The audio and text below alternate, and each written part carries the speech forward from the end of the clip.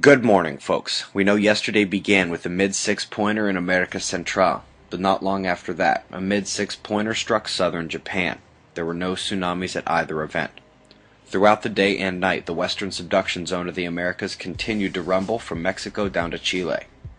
Moving to the Indian Ocean, same buoy. Minor deviation, still paying attention to see if we get a repeat of the Arabian Sea activity to follow. A moment for climate extremes. Just as Egypt and the surrounding areas broke very old cold and snow records the past few months, they're now seeing unseasonable heat and dust storms. West Pacific tropical storm has its name and its direction, just no people in front of him. It's probably a good thing.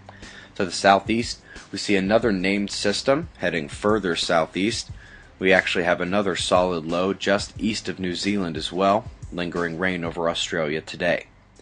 The low cell in Europe is traded in most of its power for size. It now maintains the counterclockwise drive around the entire purple pressure system, fed of course by the high in white below. It might appear that the wind is worst over the water, but just a few steps higher we see that power maintained over the continent as well. The U.S. convergence in the east is easy to see. The combination of Gulf heat and moisture with northern cold is making for thunderstorms in the south, sleet and freezing rain up along the storm line. Meanwhile, parts out west won't have it much easier as the Pacific systems again drive a line of precipitable water right at the coastline there. Let's look at the solar wind. We see a minor density variation with no speed ramp, but the BZ component of Earth's magnetic field, above in red, tipped south immediately. We did not quite rise to a geomagnetic storm level, but our sensitive meters show the disruption to our magnetic shield quite clearly. Looking at the flaring, we had a lot of impulsive M flaring over the last couple of days, but nothing major. Proton bombardment has officially dropped to where we're below polar radiation storm levels. Let's take a look at the sunspots. The departing group up north has a beautiful Delta-class umbral mix at the backside of it there. The new beasts down south, we focused yesterday on the central development to the lateral spread, and mix it did. More spread than I anticipated actually, but still a great example of positive and negative umbral mixing there. Will also be worthwhile to monitor that next batch of spots incoming on the north.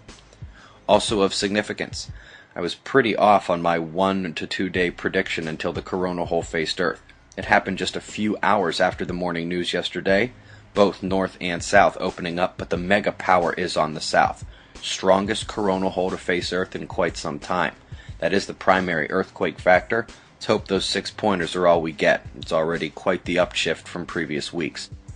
Also good to monitor the eruptive threat from plasma filaments, those thin, dark, snake-like ropes hovering above the solar surface.